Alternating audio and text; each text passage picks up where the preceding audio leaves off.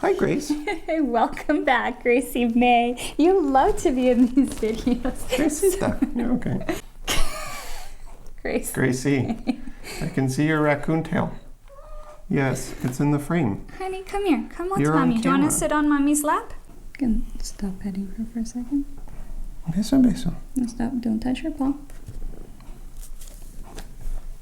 She almost did it.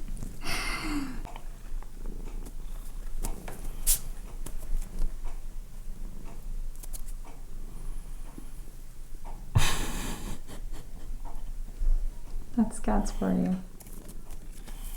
You want to lay down? Maybe. There we go. There we go. Okay. Thank you, Gracie May. Hi guys, I'm Anna. And I'm Brian. And we are Those Annoying Vegans.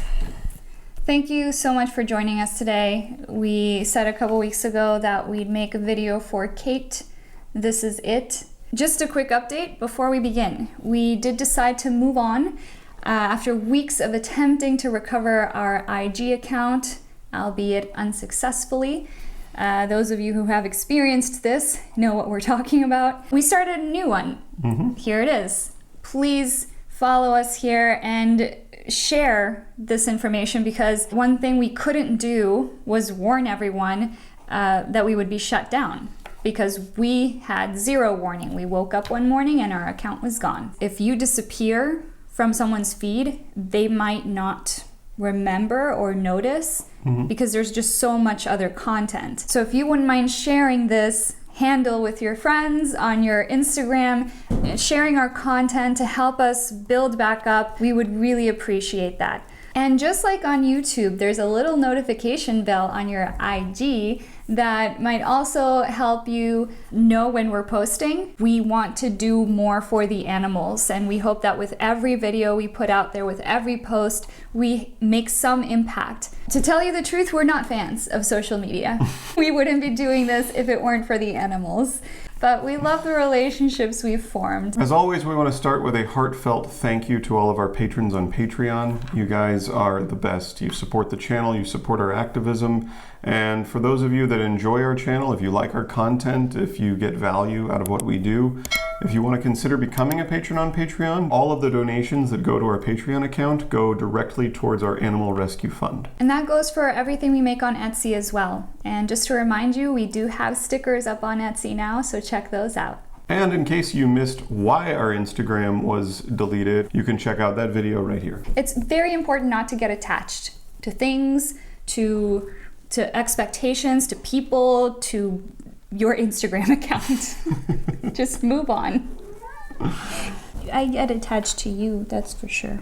So for the topic of today's video, as we mentioned in our last video a few weeks ago, we helped our beloved Kate transition, and we wanted to dedicate an entire video to her, to have the chance to talk about what happened with her health and why we think it happened, and also to talk about how her illness in particular relates to animal ag. And we also just wanted to have the opportunity to talk about mourning. So Kate developed a condition called ascites. The liver leaks fluid into the abdominal cavity due to increased blood pressure. Now, the increased blood pressure can have many different causes. In Kate's case, we believe that old age was a factor. Kate was maybe 8, 9, possibly even 10 to 12 years old. We don't know, because she was flung over the fence at the sanctuary. People in the neighborhood they know we're gonna take care of them, and they just chuck them over the fence. Our sanctuary director started working there 5 or 6 years ago, and when she started working there, Kate was already there, and she was already an older chicken. So it's been a while. And for those who aren't aware, chickens have a similar lifespan to a dog. Depending on the breed, that can be anywhere between 10 to 13 years if they are not in the animal ag industry. Yes. Otherwise, that can be dramatically shortened. It can be months Right. before they're killed, months before they die from one of the many, many, many, many illnesses that they can develop in animal ag. And just as human lifespans have been elongated because our technology improves, our medicine improves, we get better at taking care of our own health. We also do that for cats and dogs. Not all other species, though. We're very selective when it comes to which species we care for and which we don't. Right, Gracie May? Kate was a game hen, which is the same breed of chickens that people breed into existence for the sole purpose of gleefully watching them fight each other to the death, aka cockfighting, which is still a thing, sadly, in 2021.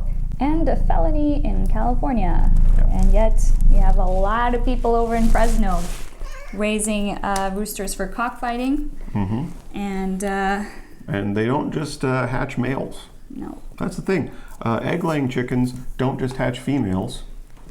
And the cockfighting breed of chickens don't just hatch males. Kate started experiencing symptoms of an upper respiratory infection, which is actually one of the greater risks that any chicken will face in his or her lifetime, due to the fact that chickens have a very complex respiratory system. In addition to their 2 lungs, chickens also have 9 air sacs, as all birds have air sacs. And these air sacs and the lungs work together so that the chicken is always receiving oxygen, whether the chicken is breathing out or breathing in. And also air sacs expand and contract, which is why you will often see roosters flap their wings right before crowing. Fun fact. Also, chickens have 2 types of bones, medullary and pneumatic. And as you can tell from the word pneumatic bones are actually part of the respiratory system of a chicken. They increase the flow of oxygen for metabolism and also serve as the chicken's cooling system. So if a chicken were to fracture one of these pneumatic bones, they might actually have trouble breathing, and it could injure one of their air sacs, which can be deadly. So, I mean, we could go on and on and on about a chicken's respiratory system, but those are just some of the most immediate facts that come to mind. In any case, their complex anatomy is what tends to make them especially susceptible to respiratory infections. Respiratory illnesses are the most common cause of death for all chickens, aside from predation. In our case, also, slaughter. Respiratory illnesses and predation for poultry birds, because poultry birds are kept in horrific conditions. Now, we have personally witnessed countless chickens with upper respiratory infections at slaughterhouses, hundreds and sometimes thousands of chickens in a single truck. And if you hear that gurgling, crackling sound every time they breathe, It sounds like plastic crinkling.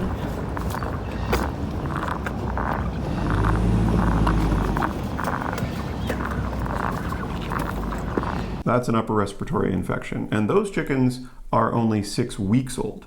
Because remember, if you eat chicken, you're eating a baby chicken. It's a 6-week-old chicken.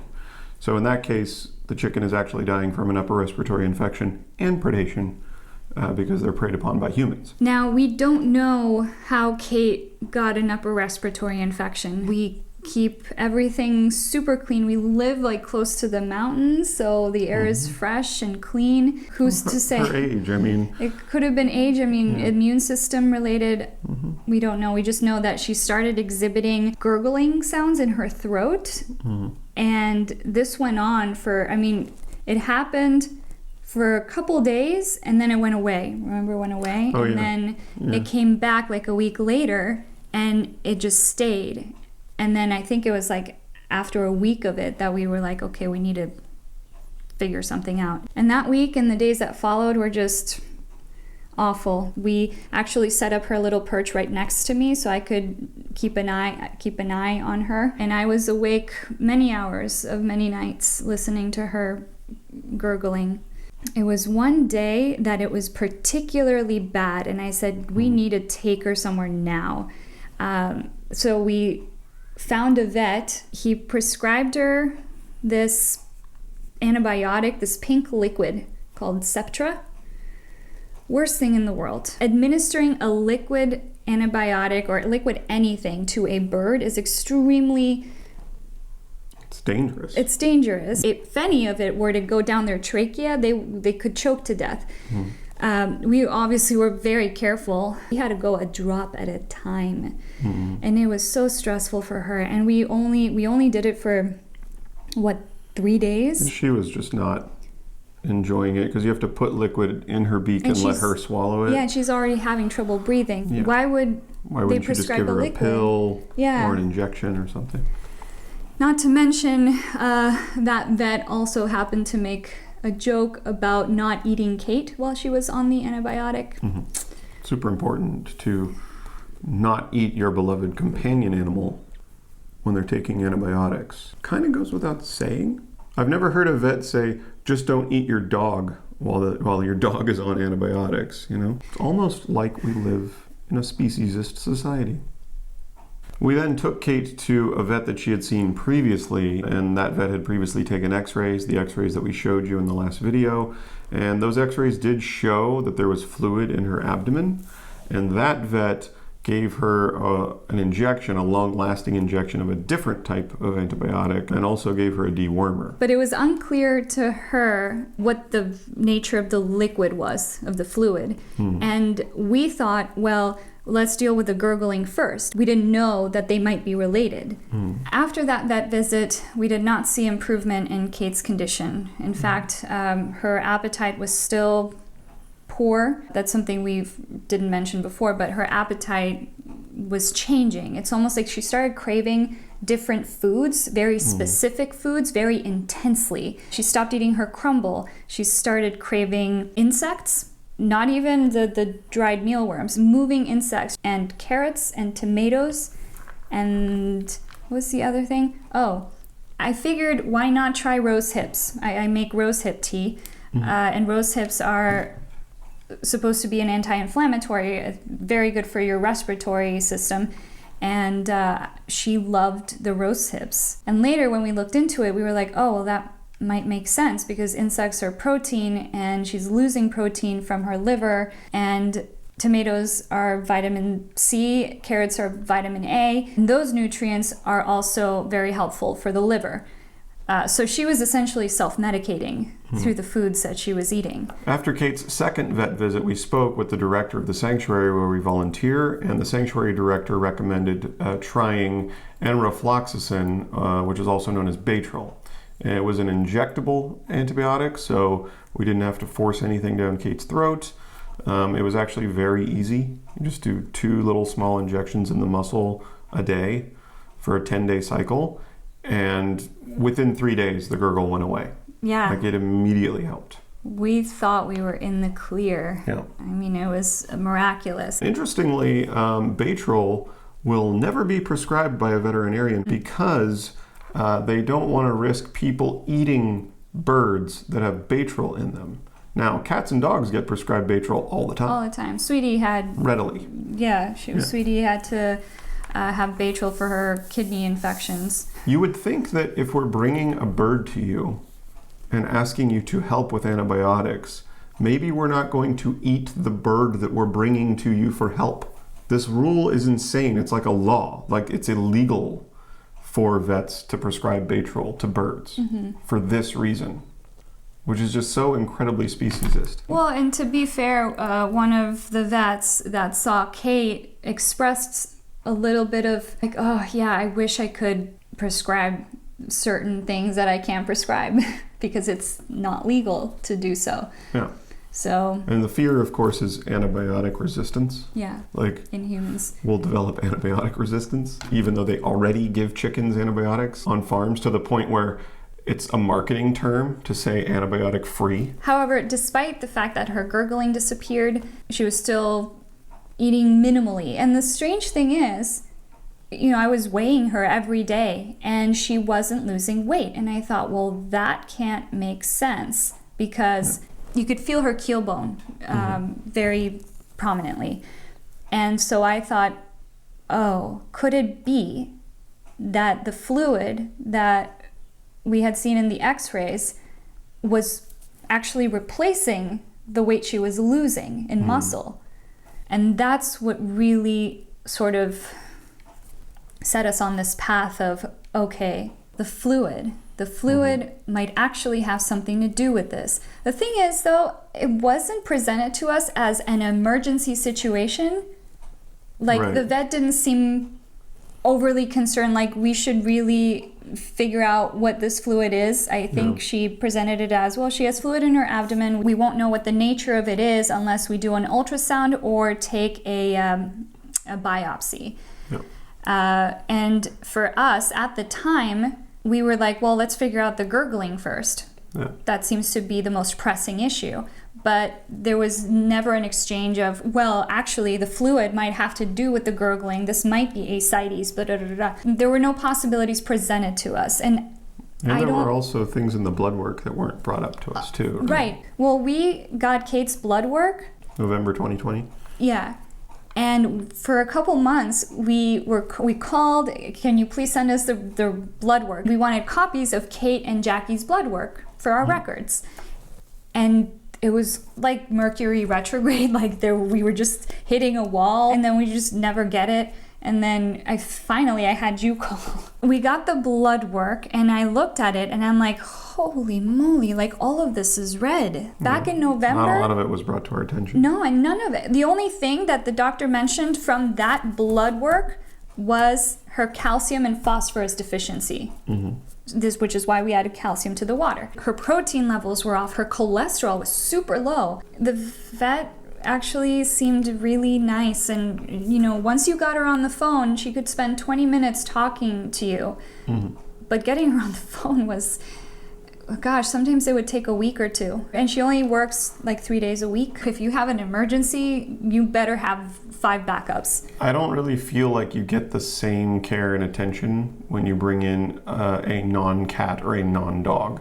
Like, cats and dogs get all the love and care in the world. They're very adored. The vet that we take our cats to, he's a great doctor, but he will go through and this is this way, we can do this, we can start with this, and then if this doesn't work, we can do this. He'll explain things to you, like thorough. To the molecular level. I feel like some doctors might think that we're just going to trust them.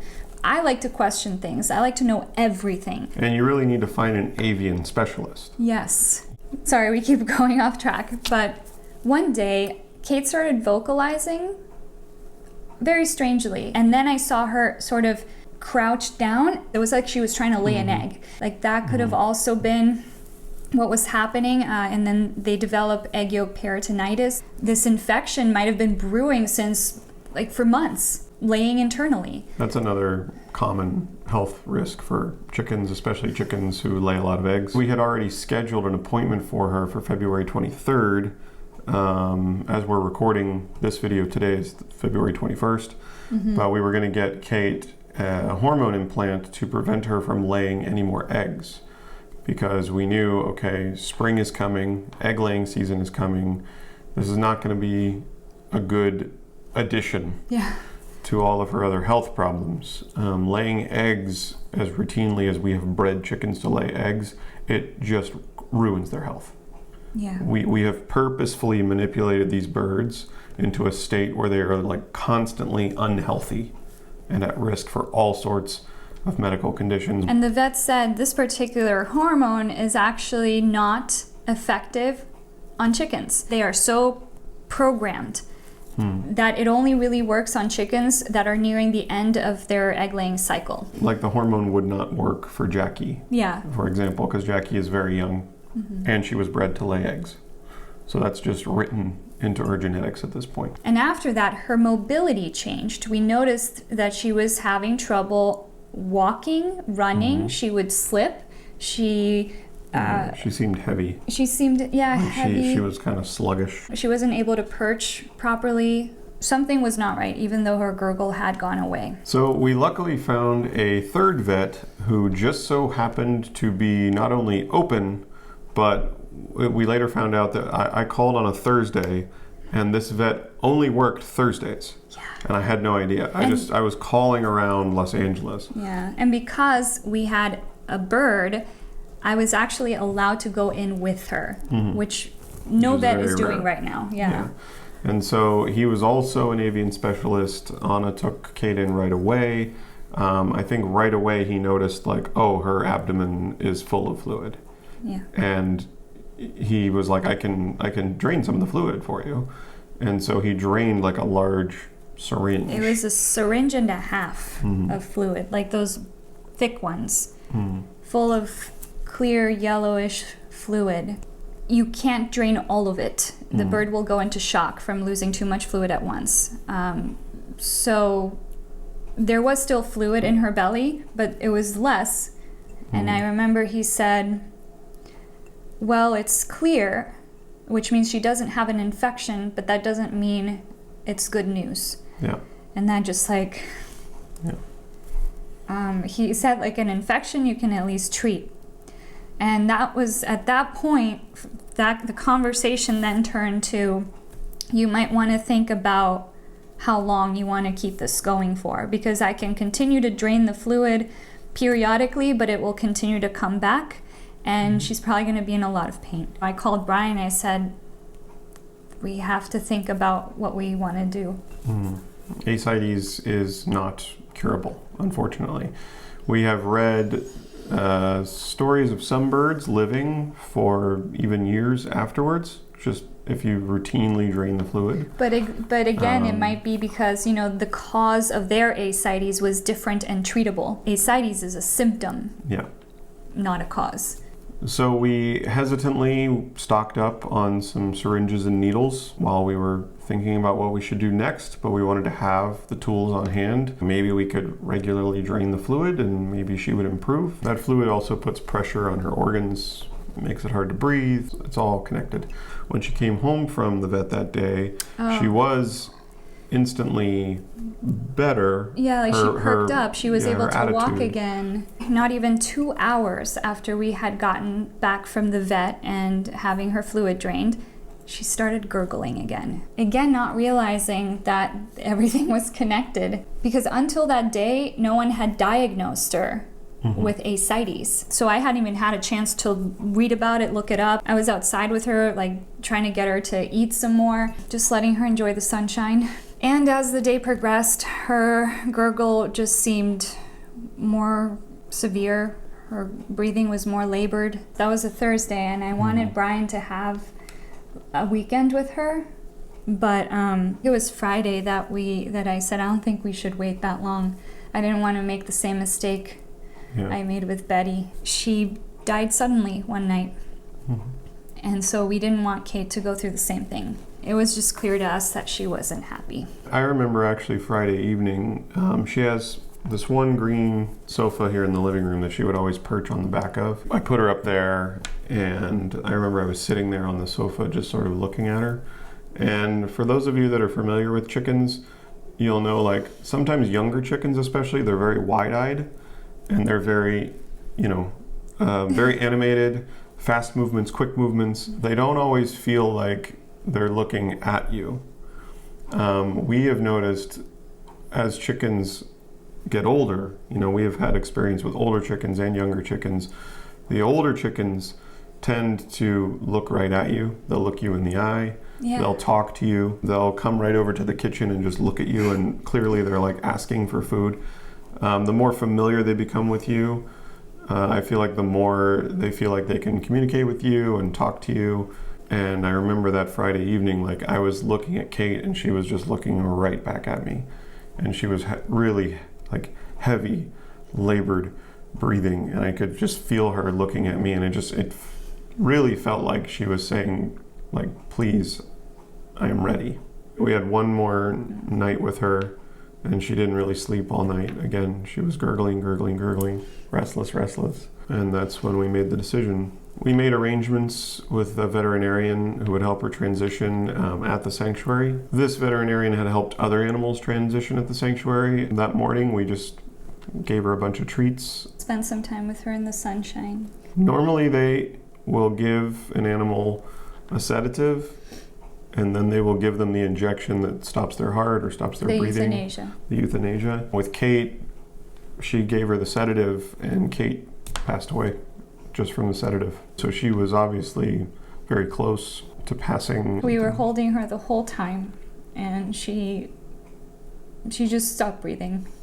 And that's possibly the best ending I think we could have given her.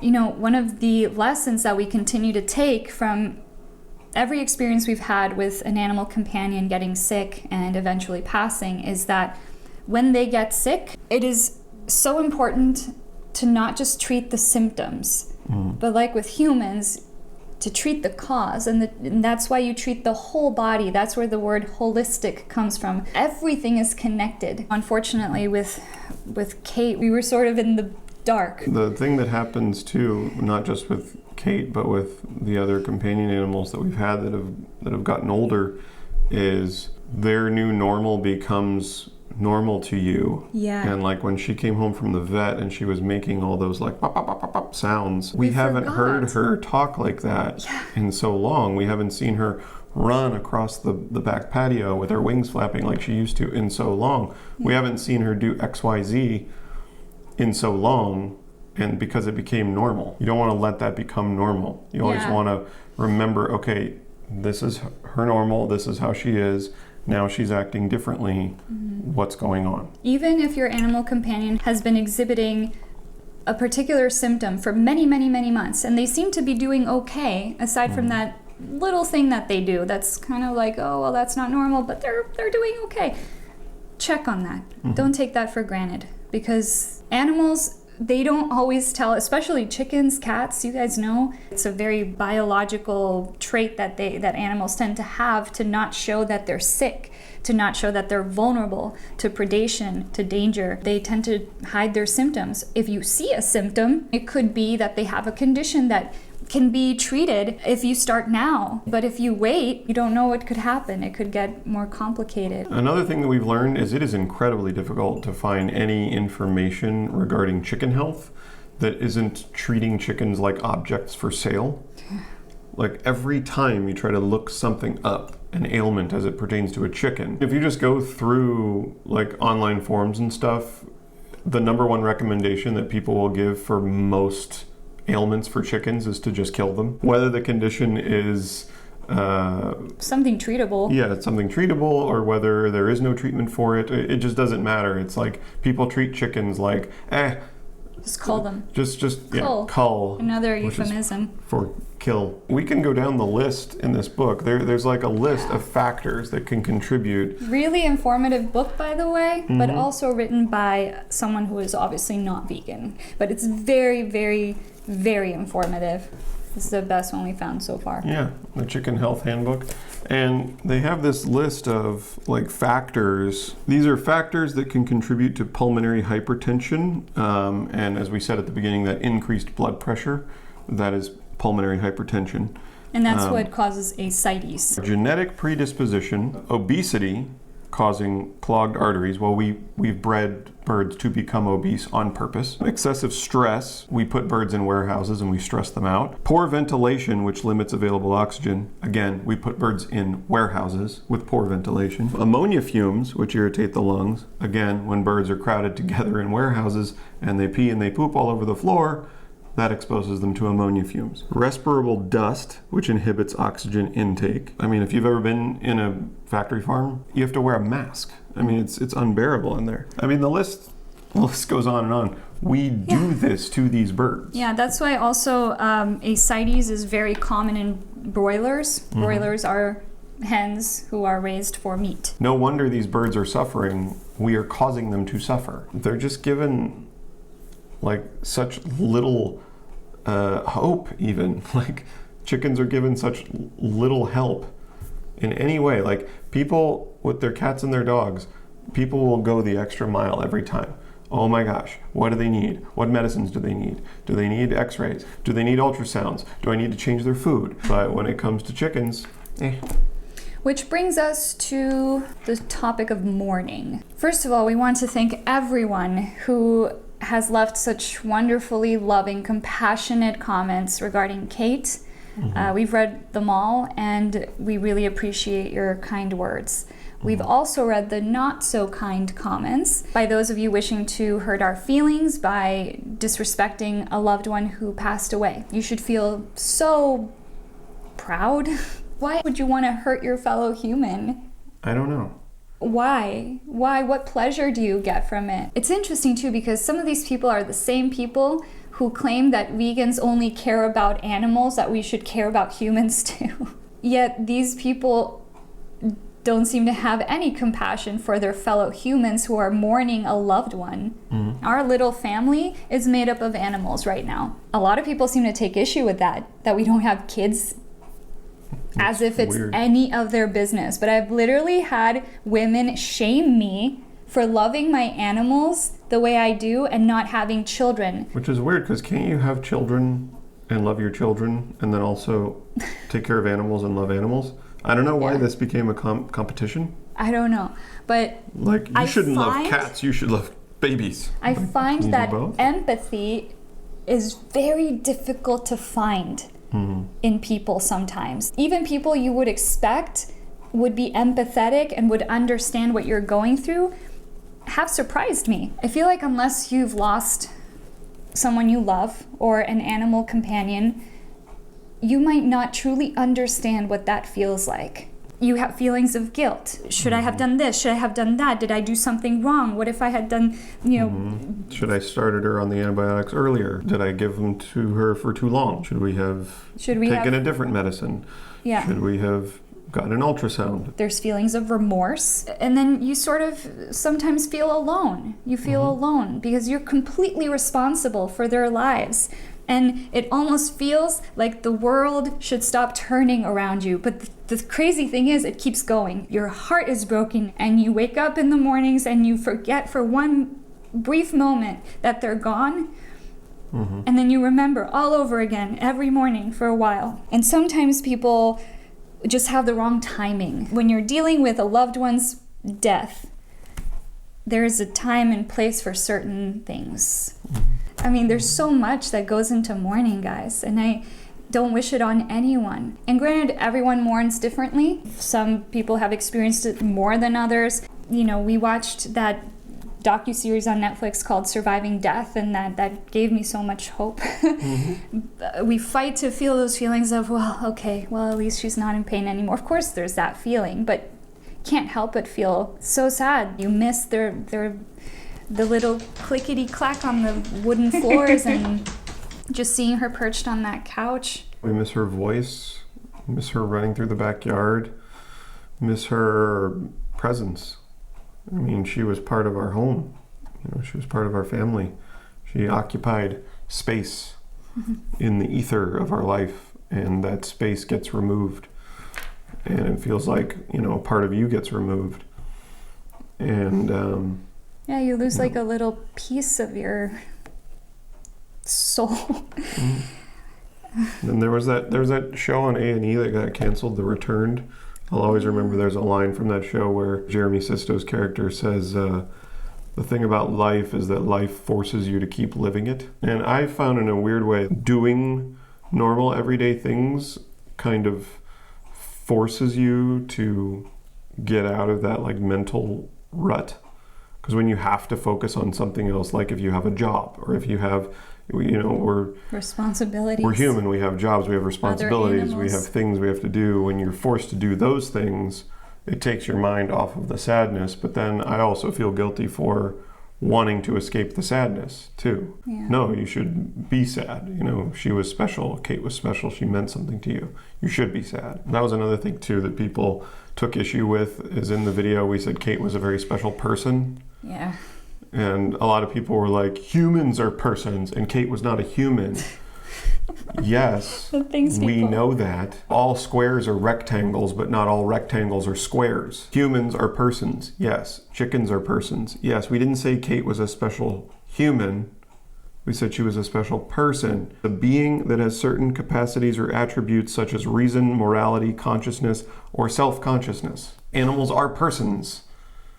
We give personhood to dogs and cats. We give personhood to corporations. That's how messed up this is.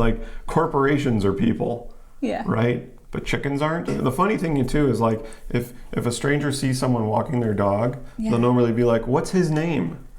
But if they see you with a chicken, they'll be like, what's its name? Yeah. Or does it have a name? It's like she's female too. And it is a chair. Yeah. This is a knit. Yeah. Cup. We don't like calling animals its. Nouns are persons, places, or things. Kate was not a place. Kate was not a thing. Yeah. She's a person. Conscious, sentient beings. They have personhood. That just speaks to the larger issue of speciesism that we face in in society as vegan activists. I mean, people are just so entrenched in this hypocrisy that has been instilled with them since birth that people aren't even willing to grant that like victims are victims. Yeah. Like animals aren't even allowed to be considered victims. That's how far we have removed ourselves from them, because we're not actually all that different from them.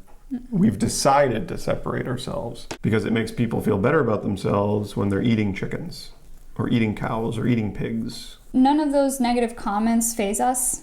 No. It's just sad to see that that's where some of humanity, not all, some of humanity is at in their emotional development. We know that people are coming from a place of not understanding, maybe coming from a place of pain, who knows? There's always a reason.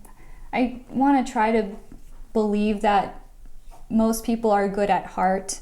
So that's pretty much it for this video, guys. We know it's a little different, but Kate is a very special person, and Kate deserves an entire video dedicated to her. We hope this was informative. We know we dived into A lot. Anatomy of chickens, illnesses in chickens, the beautiful person that Kate was. We know this wasn't our normal style of video, but we still thought it was very important, and we hope that you got something positive out of it. And to close out the video, here are some beautiful memories of Kate.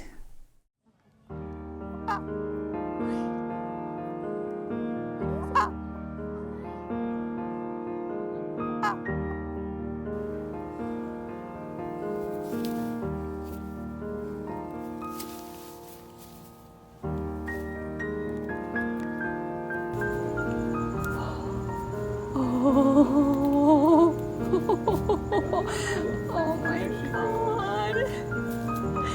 Yes, you can do it, Katie. You can do it. Oh my God. Wow. Holy moly, Kate. Come on, Kate.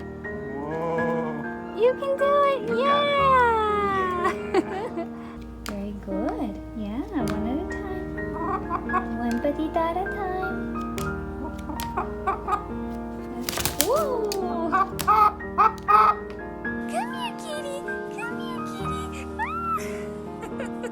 Come here, kitty. Come here, kitty. Come. Yay! Oh, here comes Katie.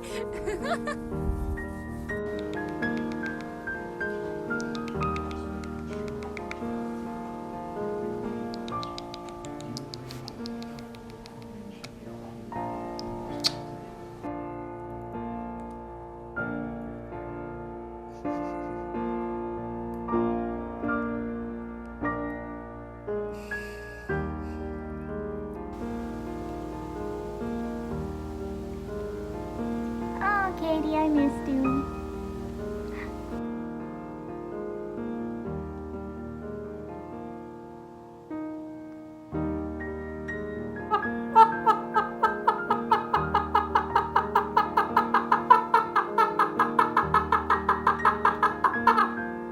Really? I find that very interesting.